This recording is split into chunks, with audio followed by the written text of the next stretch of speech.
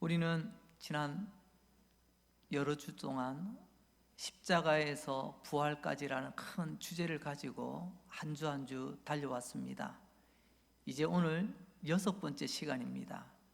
그리고 십자가에서 부활까지 이 큰 주제의 마무리라는 시간이 되겠습니다.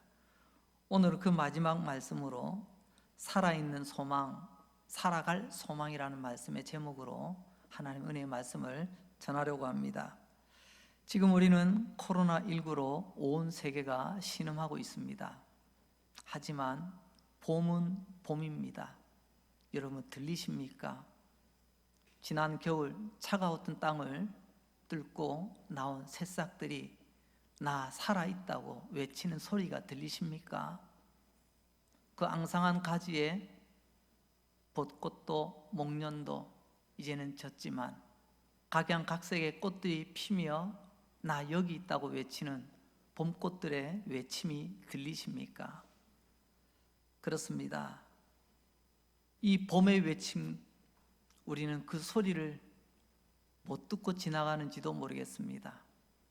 그러나 온 세상은 하나님께서 지으신 창조의 질서를 따라 봄에 하늘을 향하여, 우리를 향하여 아름다운 봄의 외침을 외치고 있습니다. 오늘 성경을 보니까 이 봄의 외침과 비교할 수 없는 외침이 있습니다. 그건 다름이 아니라 베드로의 외침입니다. 베드로가 예수님의 부활에 대해서 큰 소리로 외치고 있습니다. 오늘 본문 베드로전서 1장 3절 말씀 제가 읽어드립니다. 우리 주 예수 그리스도의 아버지 하나님을 찬송하리로다. 그의 많으신 긍휼대로 예수 그리스도를 죽은 자 가운데서 부활하게 하심으로 말미암아 우리를 거듭나게 하사 산 소망이 있게 하시며. 이 말씀은 곧 베드로의 외침입니다. 오늘 이 말씀을 보니까 하심으로, 하사, 하시며 라는 말들이 나오고 있습니다. 이게 무슨 말입니까? 여러분, 하셨다 이 말의 주어는 곧 하나님이십니다. 하나님께서 오늘 우리에게 하시는 말씀입니다. 베드로는 우리에게 오늘 하나님께서 두 가지를 하셨다고 말씀합니다. 하나님 아버지께서 예수 그리스도를 죽은 자 가운데서 부활하게 하셨다라고 말하고, 두 번째로는 우리에게 산 소망이 있게 하셨다라고 말씀하고 있습니다. 여러분, 예수님이 사망의 권세를 이기시고 다시 살아나셨다라고 말할 때에는 예수님이 주어가 됩니다. 그러나 성부 하나님께 초점을 맞추게 되면 성부 하나님 아버지께서 예수 그리스도를 죽은 자 가운데서 부활시키셨다라고 우리는 보게 됩니다. 또한 우리에게 산 소망이 있다고 말씀하셨습니다. 예수님을 부활하게 하시고 또한 그 예수님의 부활을 통하여 우리에게는 산 소망이 있게 하셨다고 오늘 베드로는 외치고 있습니다. 산 소망은 살아있는 소망, 또 다르게 번역하면 살아갈 소망이라고 말할 수 있습니다. 예수님이 부활하심으로 우리에게 살아있는 소망을 주셨습니다. 또 예수님이 부활하심으로 우리에게 오늘 지금 여기서 이 세상에서 살아갈 소망을 주셨다는 말씀입니다. 요점은 예수님의 부활이 소망 없던 나에게 살아있는 소망, 그리고 살아갈 소망을 주셨다는 거죠. 원래 나는 소망이 없는 사람 아닙니까? 있는 것 같아도 죽은 소망 아닙니까? 이런 나에게 예수님의 부활은 살아있는 소망을 주셨다는 것입니다. 아니 목사님, 아니 소망이 죽은 소망도 있습니까? 예, 죽은 소망도 있더라고요. 소망이라고 다 똑같은 소망이 아닙니다. 우리 자신, 그리고 우리 주변을 한번 살펴보십시오. 나름대로 나는 소망이 있기 때문에 살아간다고 이야기하지만, 그러나 가만히 그들의 소망을 들여다보면 세상적이고 물질적이고 인간적이고 아주 탐욕스러운 그런 소망들로 가득 차 있습니다. 이런 것에 대해서 오늘 베드로는 4절에서 이렇게 말씀하고 있습니다. 썩지 않고 더럽지 않고 쇠하지 아니하는, 무슨 말이죠? 썩어질 것, 더러워질 것, 앞으로 없어질 것이라고 말하고 있습니다. 이런 것에 내가 소망을 두고 살아간다는 것 얼마나 부질없는 일입니까? 로마서 8장 24절에서 하나님 우리에게 이렇게 말씀하십니다. 우리가 소망으로 구원을 얻었음에 보이는 소망이 아니니. 여러분, 보이는 소망이 아니라고 하십니다. 눈에 보이는 것이 내 소망의 전부인 것 같지만 보이는 것이 소망이 아니니. 나는 그게 소망인 줄 알고 내 인생 전부를 거기에 바쳤지만 하나님 말씀하십니다. 그건 소망이 아니라고 말입니다. 마지막에 얼마나 후회가 될까요? 우리가 그래도 조금 일찍 이런 말씀을 들을 수 있다는 것 자체가 큰 축복인 줄로 믿습니다. 그래도 내가 살아있을 때 보이는 소망이 아니라고 하는 이 말씀을 들을 수 있다는 것이 얼마나 큰 축복입니까? 그렇다면 살아있는 소망이라는 게 뭘까요? 눈에 보이는 게 다 소망이 아니라고 하지 않습니까? 그러나 이 살아있는 소망은 보이지 않지만 분명한 것입니다. 살아있는 소망은 지금 당장 내 손으로 잡을 수 없지만 확실한 것입니다. 그리고 살아있는 소망이란 사라지지 않고 없어지지 않는 영원한 것을 살아있는 소망이라고 말씀드립니다. 오늘 베드로는 이렇게 외치죠. 베드로전서 1장 4절입니다. 썩지 않고 더럽지 않고 쇠하지 아니하는 유업을 잊게 하시나니 곧 너희를 위하여 하늘에 간직한 것이라. 여러분, 이게 살아있는 소망입니다. 4절을 다시 한마디로 줄이자면 살아있는 소망이란 하나님 나라라는 말씀입니다. 오늘 4절에 보니까 하나님 나라 안에 간직이라는 말이 포함이 되어져 있네요. 그 안에 얼마나 많은 것들이 간직되어 있습니까? 영원한 생명, 영원한 행복, 하나님의 영광, 바로 그 모든 것을 포함하는 것이 하나님의 나라입니다. 살아있는 소망은 바로 그 하나님의 나라를 말하는 것입니다.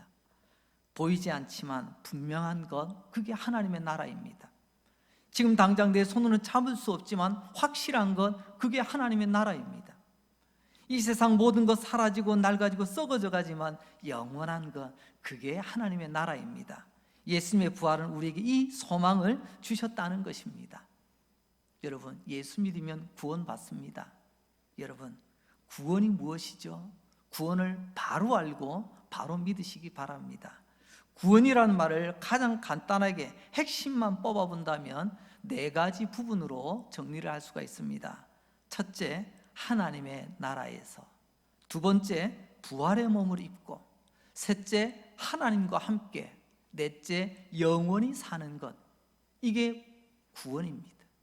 여러분, 이 가운데 하나라도 빠져 있다면 우리의 구원신앙은 문제가 있는 것입니다.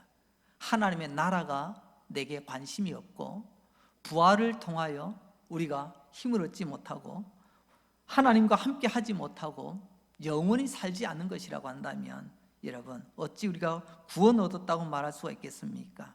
그래서 예수님의 부활은 우리에게 구원의 소망 있게 하신다라고 말할 수가 있습니다. 자, 이제 베드로가 외쳤던 부활의 진리 3가지를 이제 말씀드리려고 합니다. 첫째, 베드로가 전한 부활의 진리 첫 번째는 예수님의 부활은 우리를 거듭나게 하셨다는 것입니다. 요한복음 3장 3절 성경은 이렇게 말씀합니다.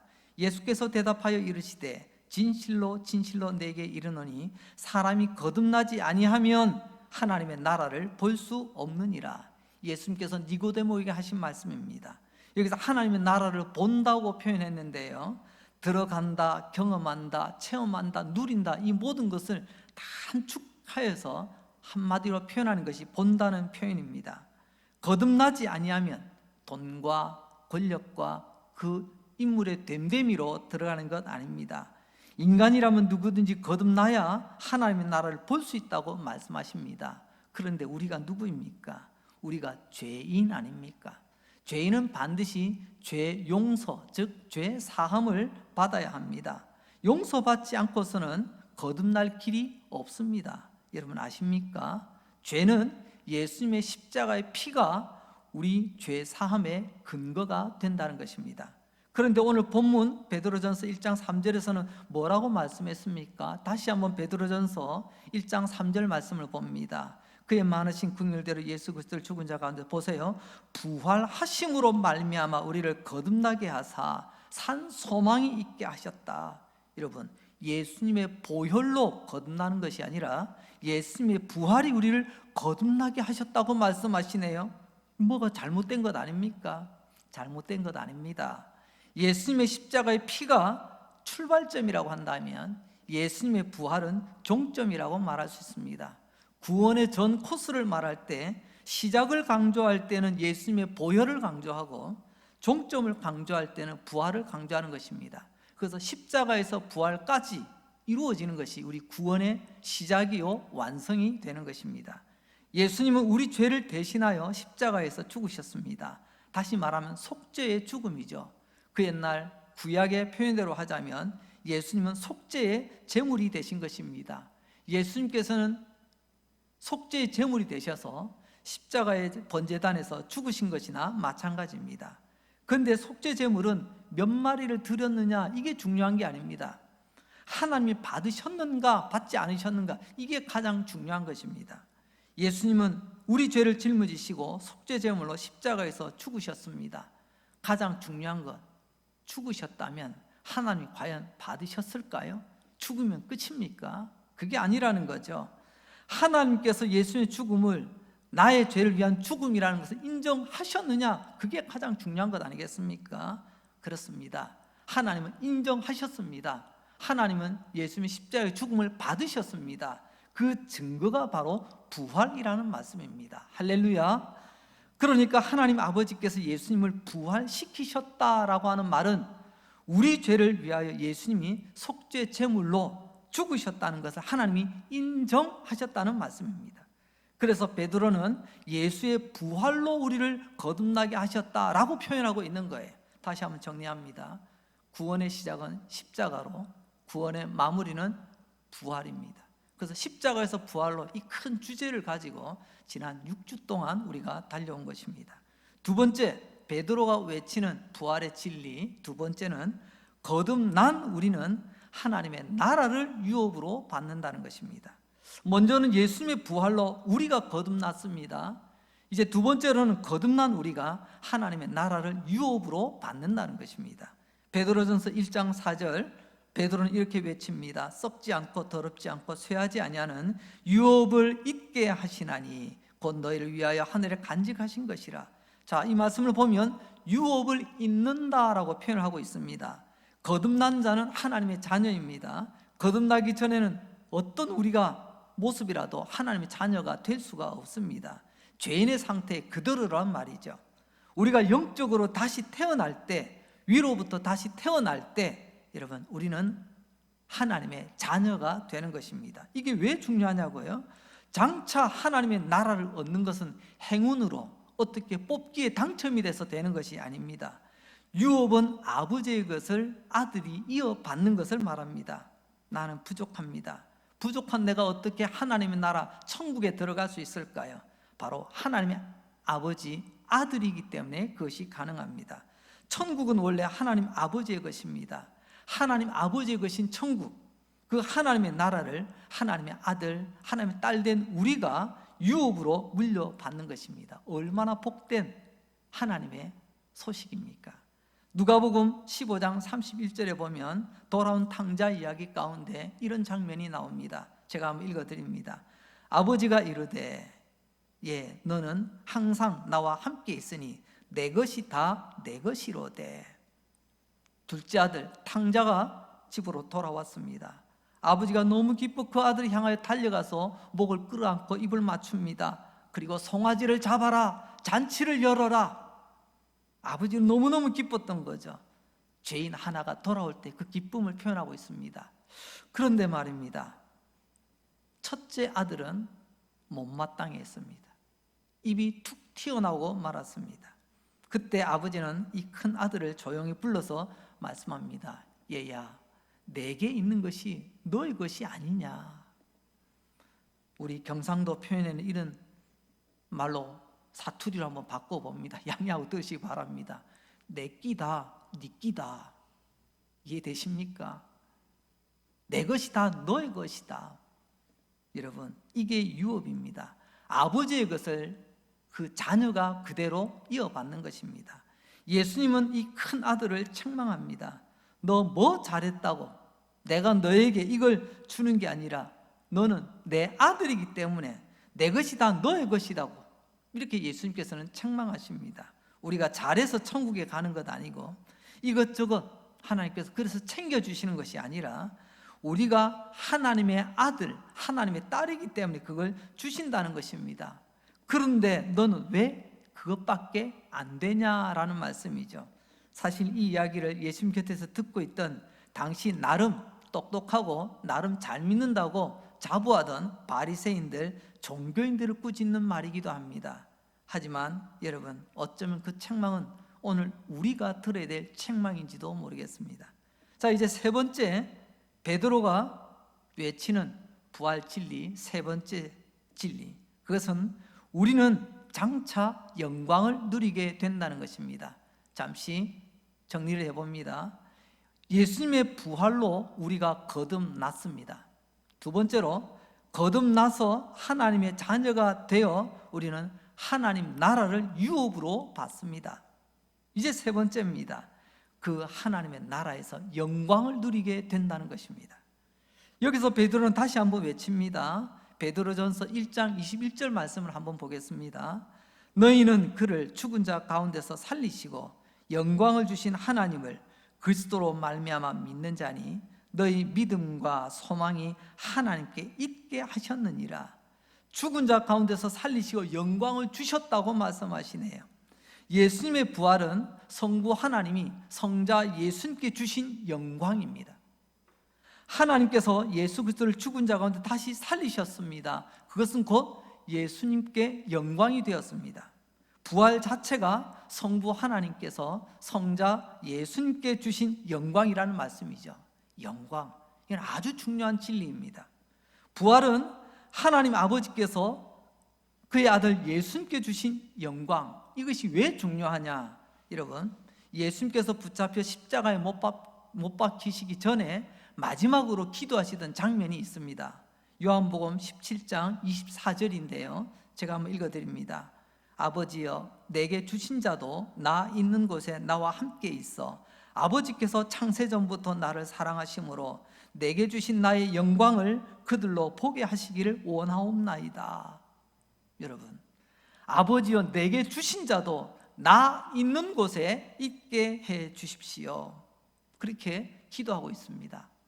성부 하나님이 예수님께 주신 자가 누구죠? 바로 저와 여러분, 우리 모두입니다. 하나님 아버지께서 내게 주신 자, 나를 믿는 자, 그들에게 나 있는 곳에 나와 함께 있게 해 주십시오. 그리고 그 뒷부분을 보면 내게 주신 나의 영광을 그들도 보게 해 주십시오. 이게 예수님의 기도이셨습니다. 내게 주신 나의 영광, 예수님 부활하실 때 하나님께서 그에게 영광을 주셨지 않습니까? 하나님께서 내게 주신 강릉제일교회 예배자들에게도 그 영광을 허락해 달라는 주님의 기도였습니다. 즉 예수님의 부활은 하나님께 주신 영광입니다. 그런데 장차 우리에게도 이 영광을 똑같이 주시며 누리게 하신다는 말씀입니다. 얼마나 놀라운 말씀이요, 얼마나 감사한 말씀입니까? 그냥 우리가 예수님의 부활에 박수만 치는 들러리가 아니라는 것입니다. 예수님의 부활이 하나님께서 주신 영광이라면 아버지여, 내게 주신 자도 아버지가 내게 주신 그 영광을 보게 해 주십시오. 누리게 해 주십시오. 예수님 그렇게 기도하셨습니다. 성도 여러분, 예수님이 부활을 통해 영광을 받으시고 지금도 영광 가운데 계시다면 예수님을 구주로 믿는 우리도 예수님 받으신 그 영광 똑같이 받고 누리게 될 줄로 믿습니다. 여러분, 이게 얼마나 놀라운 소망입니까? 물론 앞으로 장차 일어날 일이지만 얼마나 놀라운 소식입니까? 그런데 베드로는 이 놀라운 소망을 어떻게 표현할 길이 없습니다. 그래서 겨우 사용한 말이 살아있는 소망, 산 소망이라고 부른 것입니다. 살아있는 소망이라는 말 자체가 너무나도 영광스러워 더 이상 어떻게 표현할 방법이 없더라는 것입니다. 베드로 전서는 초대교회에 보낸 편지를 말합니다. 사도행전 2장에 보면 성난 군중들 속에서 베드로가 설교하는 장면이 나옵니다. 그 베드로의 첫 번째 설교의 핵심이 뭐냐? 바로 십자가와 부활이었습니다. 사도행전 2장 24절 말씀입니다. 성경 이렇게 말씀하십니다. 하나님께서 그를 사망의 고통에서 풀어 살리셨으니 이는 그가 사망에 매여 있을 수 없었음이라. 사도행전 2장 24절 말씀을 가만히 보십시오. 하나님께서 예수님의 그 사망의 고통에서 풀어주셨다고 말씀하십니다. 저는 깜짝 놀랐습니다. 여러분, 하나님께서 풀지 못할 줄이 있을까요? 오늘 이 말씀을 보면서 하나님께서는 풀지 못할 줄이 없다는 것을 알게 되었습니다. 사망이 예수님을 죽음의 줄로 묶어버렸지만 전능하신 하나님께서는 죽음의 줄도 풀어버리셨습니다. 베드로는 그렇게 표현했습니다. 그 사망의 고통에서, 그 죽음의 줄에서 풀어 살리셨다고 말입니다. 여러분, 이 하나님을 기대하시기 바랍니다. 하나님께는 풀지 못할 줄이 없습니다. 여러분이 어떤 몸의 질병에 묶여 있든지, 여러분의 마음이 어떤 마음으로 묶여 있든지, 여러분 인생이 어떤 모습으로 묶여 있든지, 어떤 고약한 원수 마귀의 줄에 묶여 있든지 전능하신 하나님 손 대시면 안 풀릴 것이 없다는 거예요. 사망의 줄, 고통의 줄에서 하나님께서 풀어버리셨답니다. 여러분, 그게 바로 부활입니다. 그런데 우리는 예수님이 부활하셨다고 박수 쳐주고 예배드리는 들러리로만 끝나지 않습니다. 주님의 그 부활의 영광에 동참하는 자 아닙니까? 베드로는 예수님의 부활이 우리에게 가져다 준 큰 유익을 이렇게 고백을 합니다. 사도행전 2장 26절에 보면요, 성경은 이렇게 말합니다. 그러므로 내 마음이 기뻐하였고 내 혀도 즐거워했으며 육체도 희망에 거하리니. 여러분, 예수님의 부활이 우리에게 주신 선물입니다. 그 선물 세 가지입니다. 첫째 선물은요, 내 마음에 기쁨이 넘치게 되었다. 여러분, 솔직하게 우리 안에는 참된 기쁨이 없지 않습니까? 진짜 기쁨이 뭔지 몰랐는데 예수님의 부활이 내 안에 진짜 기쁨이 무엇인지를 알려주셨다는 것입니다. 그리고 그 기쁨을 누리게 해주셨답니다. 두 번째 선물은 내 혀에 즐거움이 넘친답니다. 그 옛날에는 내 입에서 무슨 소리가 나왔나요? 우리가 하는 말 있지 않습니까? 이런 은혜 받지 못하면 원망과 불평과 교만과 인색한 소리밖에 나오지 않습니다. 여러분, 이거는 은혜 없는 소리예요. 은혜 바닥난 소리입니다.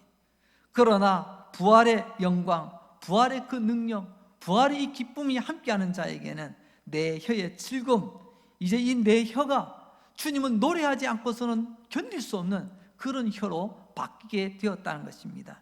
여러분들의 입술이 하나님을 찬송하는 소리, 하나님을 자랑하는 소리, 하나님을 증거하는 소리, 여러분 감사하는 소리가 될 수 있기를 주의 이름으로 축복합니다. 세 번째 주신 선물은 내 육체도 희망에 거한다라고 말하고 있습니다. 예수님의 부활은 내 육체, 내 몸에도 희망을 준답니다. 다시 말하면 내 몸이 희망 속에서 살게 된다는 말이죠. 예수님의 부활 진리를 우리가 믿기 전에는 그저 늙어가는 내 몸입니다. 죄송합니다. 여러분, 늙어간다는 말이 왠지 모르게 좀 서글프잖아요. 하지만 그것은 우리가 인간이기 때문에 거부할 수 없는 사실입니다. 전에는 늙어가는 내 몸, 아이고 이제 내 몸이 점점 고장, 이제 삐걱거리는 소리 나는구나 그러면서 탄식하였지만, 희망이 없었지만, 그러나 예수님의 부활을 통하여 내 몸이 희망 속에서 살게 되었다고 말씀하고 있습니다. 이 희망은 장차 주님께서 입혀주시는 부활의 새 몸을 말하고 있습니다. 그 부활의 몸을 입고 하나님의 나라에서 하나님과 함께 영원히 살 것이다. 이게 부활신앙 아니겠습니까? 비록 내 몸 늙어가지만 이 늙어간 내 몸 속에서 희망 속에서 늙어가는 것, 여러분, 희망 속에서 늙어간다, 이게 믿음의 표현입니다. 이게 부활신앙입니다. 부활이 나에게 희망을 준 겁니다. 참으로 살아있는 소망이죠. 어떻게 다르게 표현할 방법이 없어서 살아있는 소망, 이렇게 표현한 것입니다. 장차 살아있는 소망, 부활의 몸을 입고 하나님과 함께 하나님의 나라에서 영원히 사는 그 구원이 끝일까요? 그렇지 않습니다. 이제 여기서 살아있는 소망은 살아갈 소망으로 바뀌어야 됩니다. 이제 네 번째 말씀입니다. 살아있는 소망, 살아갈 소망. 오늘 우리 말씀의 제목이죠. 살아있는 소망은 장래의 문제입니다. 앞으로 될 일이에요. 장래에 내가 부활의 몸을 입게 되죠. 이 장래에 이 소망을 가지고 살아가는 사람, 그 사람은 현재를 살아갈 힘을 얻게 됩니다. 그래서 산 소망은 두 가지로 번역이 가능한데요, 살아있는 소망, 미래형이 될 수도 있겠고요, 살아갈 소망, 바로 현재가 될 수도 있다는 것입니다. 바로 여기서부터 우리는 살아갈 소망이 되어야 됩니다. 어느 원로 목사님께서 이렇게 말씀하시는 것을 가슴에 담고 새기고 있습니다. 요즘 성도들은 맷집이 필요해. 무슨 말입니까? 맷집이 뭐죠? 맞아도 쓰러지지 않고 넘어져도 다시 일어나는 그런 힘을 말하는 것 아니겠습니까? 버텨내는 힘. 이 세상이 지금 얼마나 험합니까? 영혼의 맷집이 필요한 시기인 것 같습니다. 버틸 수 있는 마음의 맷집, 영혼의 맷집이 필요합니다. 조금만 힘들고 어려우면, 조금만 여러 가지 내 마음에 맞지 않으면 금세 꺾여버리는 이 시대, 요즘 성도들은 맷집이 없어. 맷집이 필요해. 그 노 목사님의 그 탄식을 다시 한번 가슴에 새기며 하나님 앞에서 이 시기를, 이 때를 버텨내고 이겨내고 감당할 수 있는 영혼의 맷집을 키워가시는 우리 성도님들 다 되시길 바랍니다. 유난히 베드로 전후서에는 시련, 고난, 역경, 환난이라는 단어들이 매우 자주 언급되고 있습니다. 그런데 베드로 전서를 시작하면서 베드로는 부활신앙을 먼저 이야기합니다. 왜 그럴까요?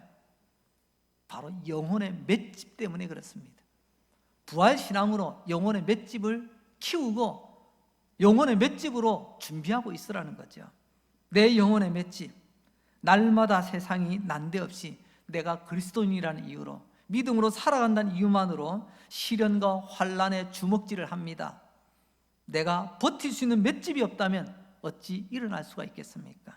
바로 나에게는 살아있는 소망은 그 부활신앙 때문이 아닙니까? 그래서 베드로전서 1장 6절 성경은 이렇게 외칩니다. 그러므로 너희가 이제 여러 가지 시험으로 말미암아 잠깐 근심하게 되지 않을 수 없으나 오히려 크게 기뻐하는도다. 여기에 부제목을 달아보면요, 이게 영혼의 맷집입니다. 우리에게 잠깐 근심할 일이 있습니다. 우리가 잠시 시험을 당할 수 있습니다. 그러나 오히려 크게 기뻐할 수 있습니다. 영혼의 맷집이 있는 사람만이 가능한 것이죠. 이 말은 곧 다시 말하자면 성도 여러분, 여러 가지 시련들을 견디고 참고 이겨내시기 바랍니다. 세상의 시련과 환난에 맞서는 맷집 있는 그리스도인으로 살아가시기 바랍니다. 바로 베드로가 그것을 우리에게 외치고 있는 것 아니겠습니까? 베드로는 지금 외치고 있습니다. 영혼의 맷집을 키워라. 베드로가 우리에게 살아있는 소망이 있습니다. 그것은 장차 부활의 몸을 입고 주님과 함께 영원히 사는 것입니다. 장차를 말했다고 한다면 이 소망을 통하여 우리는 다시금 오늘을 버티고 이겨낼 수 있는 맷집을 키워야 된다는 말이죠. 그러므로 이제 장차 있을 살아있는 소망, 그 소망이 이제는 오늘을 살아갈 소망으로 바뀌어야 되는 것입니다. 살아있는 소망은 장래의 소망이었습니다. 내 안에서 믿음이 되고 확신이 되고 기쁨이 될 때 지금 내가 이 땅에서 살아갈 어떤 어려움도 이겨낼 수 있는 살아갈 소망, 아니 살아낼 소망이 될 수가 있는 것입니다. 그래서 베드로가 여러 가지 어려움과 시련을 당하는 성도들에게 이 사람 저 사람 이곳저곳 찾아가라고 말하지 않고 하늘의 소망이 있다고 우리에게 지금 다시금 격려하며 권고하고 있는 것입니다. 이 소망이 기쁨이 되고 확신이 될 때 살아갈 소망이 될 것입니다. 살아낼 소망이 될 것입니다. 어떤 어려움이 와도 어떤 시련이 와도 살아갈 소망이 되는 것입니다. 이게 바로 바른 믿음 아니겠습니까? 예수님의 부활을 통하여 살아있는 소망을 주셨습니다. 그리고 그 살아있는 소망으로 끝난 것이 아니고 이 땅의 고난과 시련 가운데 살아가는 그 소망이 기꺼이 이 땅에서 내가 살아갈 소망이 되는 것, 그게 바른 믿음이라는 것입니다. 이것을 위하여 하나님께서는 베드로를 통하여 오늘도 예수님의 부활을 힘차게 외치게 하셨던 것입니다. 이제 말씀을 맺습니다. 성도 여러분, 살아있는 소망은 나의 장래를 영광으로 빛나게 합니다. 그리고 살아갈 소망은 나의 고난, 나의 이 힘들고 어려운 현재를 너끈히 견디게 하고 이기게 만듭니다. 베드로는 외치지 않습니까?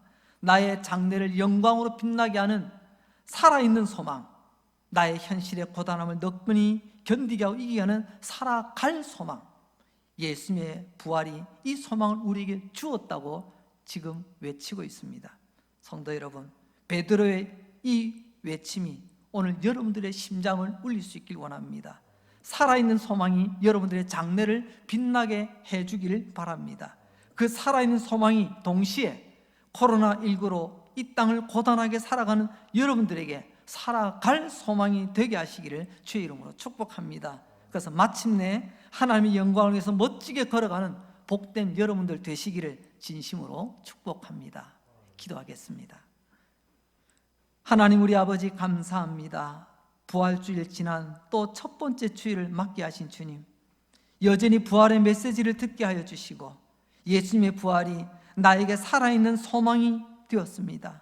예수님의 부활이 이 고단한 세상, 이 험난한 세월을 살아갈 소망이 되었습니다. 주여, 진짜로 그렇습니다. 진심으로 고백합니다. 예수님의 부활이 장차 내 인생을 해처럼 빛나게 할 살아있는 소망을 주셨고 예수님의 부활이 이 고단한 세월 살아낼 소망이 되었습니다. 예수님의 부활로 내 마음에는 기쁨이 넘치고 내 혀에는 즐거움의 찬양이 흘러넘치며 낡아가고 늙어가는 내 몸, 희망 가운데 늙어가게 하시니 너무 감사합니다. 이 복된 예수님의 부활, 하나님 아버지 이 진리를 우리 마음판에 잘 새겨 승리하는 우리 강림 제1 성도들 되게 하여 주옵소서. 사망의 고통에서 예수 그리스도를 풀어 부활시키신 우리 하나님 아버지, 이 시간 여러 가지 고통의 밧줄에 묶여 있는 자들을 풀어 주시옵소서. 코로나19의 질병을 주님 전능하신 능력으로 풀어 주시옵소서. 원수 마귀의 줄을 풀어 주시옵소서. 우울함의 줄을 풀어 주시옵소서. 어둠의 줄을 풀어 주시옵소서. 모든 시험과 환난의 줄을 풀어 주시옵소서. 이번 한 주간 우리 삶에 이런 기적이 가득한 복된 한 주간 되기를 원하오며 예수님 거룩하신 이름으로 기도합니다. 아멘.